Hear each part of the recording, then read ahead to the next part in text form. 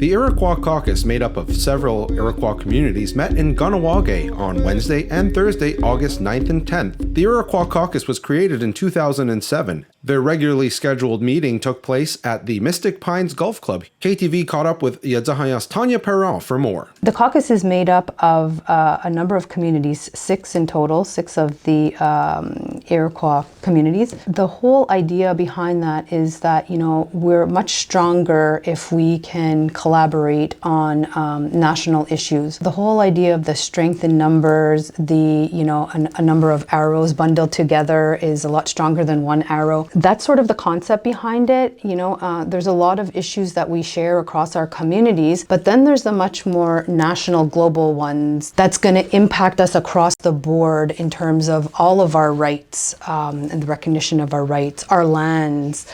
So any of those issues that are of importance across the board, across Turtle Island, those are issues that the Iroquois Caucus addresses. And it's made up of all of the elected chiefs. The whole purpose is to be stronger, present our positions, a unified position, so that our voices are louder and they're, louder, they can't be ignored, they're heard. In plain terms, that's what the Iroquois Caucus has been put together for.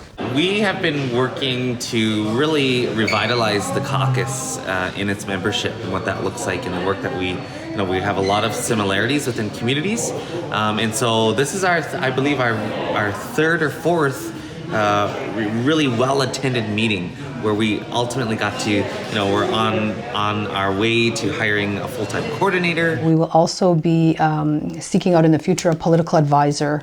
This is something new for the caucus, as we have never had 2 positions. We've always had the coordinator coordinating of the meetings, but also the research and sort of the political components as well for advising and preparing for the caucus meetings. So that's going to be split in 2. So this will definitely help us to be able to make our positions better, much stronger, better known, and much more structured and coordinated in terms of everything that we're trying to accomplish as a caucus. We're looking at full-on political strategies, really highlighting the collective issues and rights and what we have to work towards as Iroquois communities. We know that we're strong in numbers. Our communities deserve good leadership, and I think this table is going to get us to that point. Huge shout out to Kahnawake for their hospitality. It's the work that happens at these tables that ultimately trickle down to the community level. It was quite a full agenda. However, there were a couple of very interesting agenda items that I think are worthy of mentioning. One in particular is some concerns regarding federal legislation being proposed for the recognition of Métis governments in Alberta, Ontario, and Saskatchewan. So the federal government has introduced Bill C-53. This is a very concerning for the caucus communities, but essentially this legislation, we feel, is legislation that is recognizing and granting more rights and recognition to Métis as opposed to the original inhabitants of this of Turtle Island, which is the First Nations. So they put us to a huge test in order to establish, our rights and for them to recognize it. Yet this legislation is being created that kind of just goes around that. So the next meeting is October 4th and 5th in Ottawa.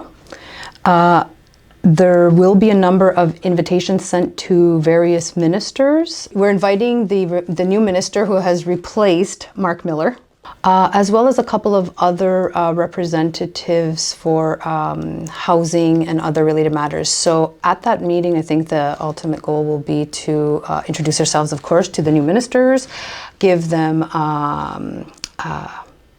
an explanation, a briefing of what the Iroquois Caucus is for, what it does, who it's made up of, and what our major concerns are currently. I'm sure that the issue regarding the federal legislation for recognition of the Métis governments will certainly be on a topic worthy of discussion that day, provided the ministers accept the invitation and are available to attend. Last but not least, there was youth representatives in attendance at our most recent assembly.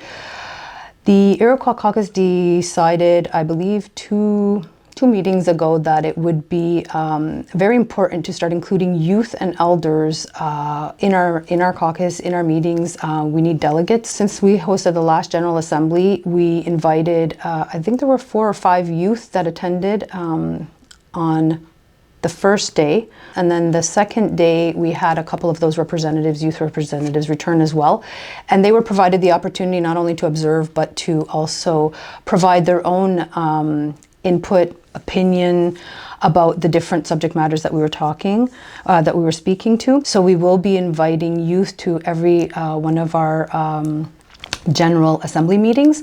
Each community, wherever that assembly meeting is being held, will bring youth forward either by, I don't know if they're going to put a call out, but they're going to seek out youth in their community to join, as well as elders. Unfortunately, we didn't have any elders attend at the most recent one, but we will be seeking elders for the next one to be held either within our community or perhaps even the one that's going to be held in Ottawa, which will be October 4th and 5th.